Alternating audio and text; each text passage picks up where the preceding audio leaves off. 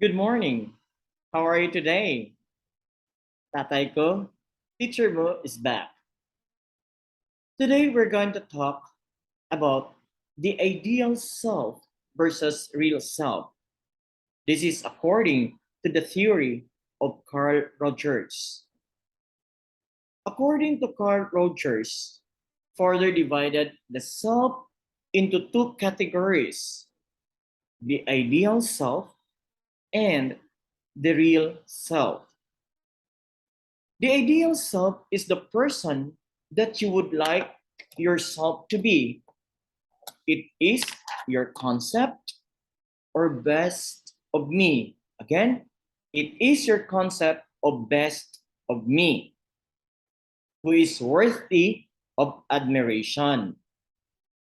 It is an idealized image of self that the individual has developed based on what do you have or what have you learned during those experiences of yours in your daily day-to-day life or in your previous years or even today? For example, your parents are medical doctors who are very respected, or a politicians, or a businessman and a businesswoman, and admired so much by your community. Observing your parents or your friends or your relatives, you conclude that to be happy, you need to be smart and have a high paying job, of course, good education.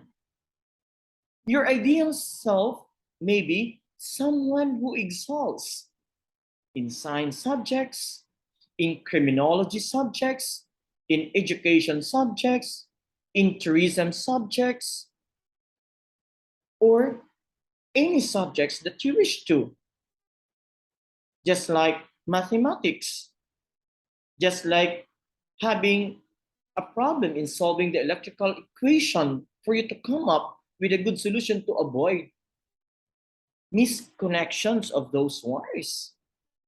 Spends a lot of time studying and does not get queasy easily. So, the ideal self could include the following according to Carl Rogers: the notions influenced by your parents, by your friends, by your classmates. And this is me, I want me, and this is my me self, my real self, because you wish to be like your father, you wish to be like your mother, or the person whom that you wish to be. What do you admire in others? They're being so intelligent, they're being so smart, they're being so witty. What the society sees as acceptable. Kasi pag maganda yung trabaho, maganda yung nakuhang kurso, ang tingin natin sa sarili, nirerespeto tayo ng kapwa-tao natin sa community. Or to the people keeps on roaming around with us. Gusto kasi natin respeto. Wala naman tayong respeto sa sarili. Unahin muna natin yung sarili natin. What you think is in your best interest. Kasi nakakaroon ka na ng interest kasi ito yung nakikita mo sa mga magulang mo. Pero hindi mo nakikita sa sarili mo. Kailangan makikita mo rin yun sa sarili mo. Kasi masaklap if you keep on longing so much only for the interest of others, but not to yourself. Okay? Now, the real self is the person you actually are. It is how you behave right at the moment of a situation. Or it is who you are in reality. How you think, how you feel, or act in present situation. Or you thought that you are better than others. The reality of you. It's very important. The importance of alignment regarding the ideal self versus real self, still, this is the thing that Carl Rogers wanted us to perform.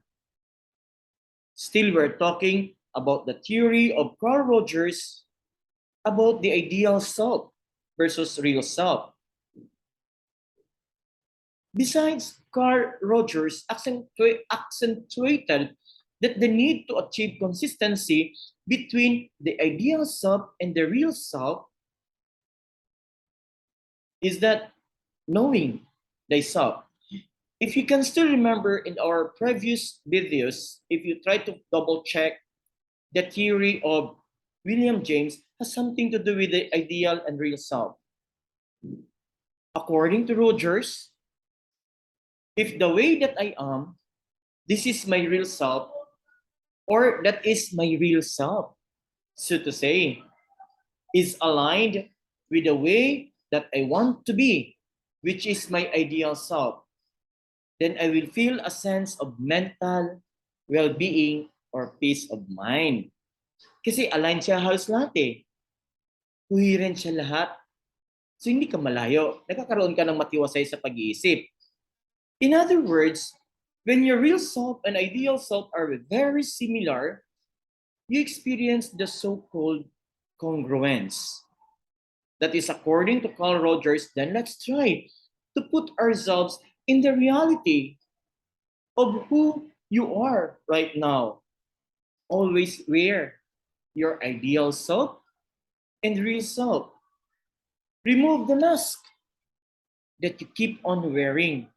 We keep on pretending to other people that you are not okay because your real self is telling the truth, the way you act, the way you behave, and feel at the moment or present is not congruent to the ideal self because your ideal self shows or portray that you are okay. You are manipulating or you want somebody or the people that surrounds you to recognize you as a well-off person or intelligent or worthy to be admired with. But the attitude per se, be careful. Sa pag-uugali pa lang na pinapakita natin, hindi na siya kaaya-aya. Kaya nga, if you want somebody or if you want to gain respect, it should start from within. Sa sarili natin, not sa ibang tao. Okay? Moreover, you are living the reality of your real self.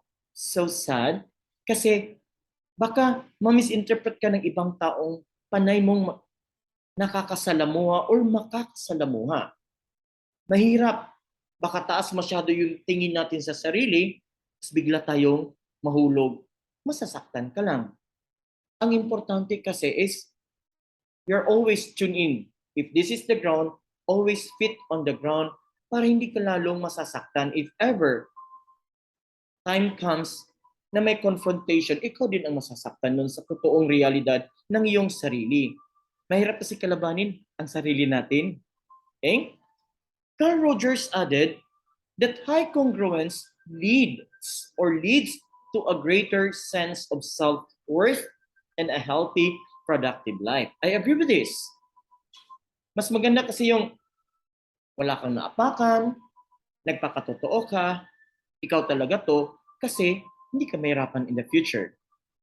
When there is a greater inconsistency between your ideal self and real selves, so to say, or if the way you are is not aligned with what you want to be, then you experience a state or as stated by Carl Rogers, and he called it incongruence, which means it's not aligned, just like you are making a square or any objects na maganda ang pagkahugis or circle, then the next objects, iba na ang hugis. Hindi na siya pantay. Just like our attitude. Okay pa ka pa ngayon, then kalaunan, bigla na bago yung ugali mo. We cannot conclude immediately that you are bipolar or there's something wrong with you.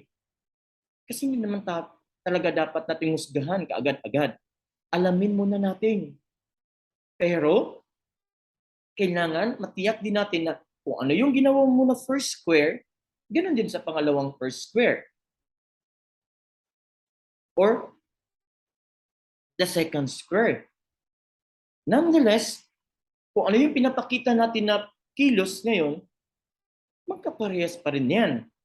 Pareha ka empleyado, pareha ka estudyante. Empleyado, kailangan pumunta ng trabaho or sa tamang oras. Magkakaiba kayo ng posisyon, pero isang kumpanya kayo. Sana magandang pakikitungo. Magka-classic kayo. Sana magtulong-tulungan kayo na palaguin ang tamang pamaraan sa pag-aaral. Hindi yung tamang pamaraan sa maling ginagawa, kagaya ng cutting classes.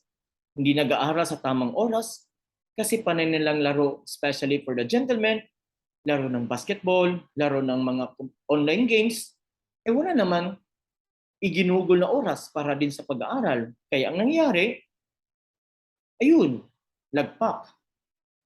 The real self says, ikaw talaga yan. And the ideal self, gusto mong maging successful. Pero hindi mo ginagawa na magkasundo silang dalawa. Si real self and ideal self. Paano sila magkasundo kung isa ay iba ang ginagawa at isa naman, iba naman. Kagaya ng naglamangan na lang kayo, tayo, walang magpapatalo. Kailangan may magpakumbaba kung isa mataas. Kung isa galit, kailangan isa kalmado para hindi mag-clash. Di ba? Pag galit si mama, o gawa ka ng gawaing bahay para matahan si mama. Kung galit si papa, ayun, bilhan mo siya kung ano yung paborito niya para tatahan yun. Pero galit yung girlfriend mo o yung boyfriend mo, ay wag mo nang tatahanin. Baka ibang gusto nun, mapahamak ka lang. O, di ba? Nonetheless, your gesture and your mind is not in a proper alignment to the gestures that you want or that you are portraying with. Kailangan align yun. Okay? Rogers added that incongruence could lead to maladjustment. Maladjustment is defined as inability to react successfully and satisfactorily to the demands of one's environment. Kaya nga, ano yung demands niyo ngayon sa pag-aaral? Attention, focus. Ano yung demands mo sa kurso mo? Make your passion as your profession para magtagumpay tayo. Ikaw, tayong lahat, balang araw, na walang maapakan, sabay-sabay nating akyatin ang pangarap natin sa buhay. Always wear the optimistic attitude despite of all odds that we encounter into our present life. This is Tatay Ko, teacher mo. Maraming salamat sa iyong pakikinig. Ingat parati. God bless you. Merry Christmas, everyone.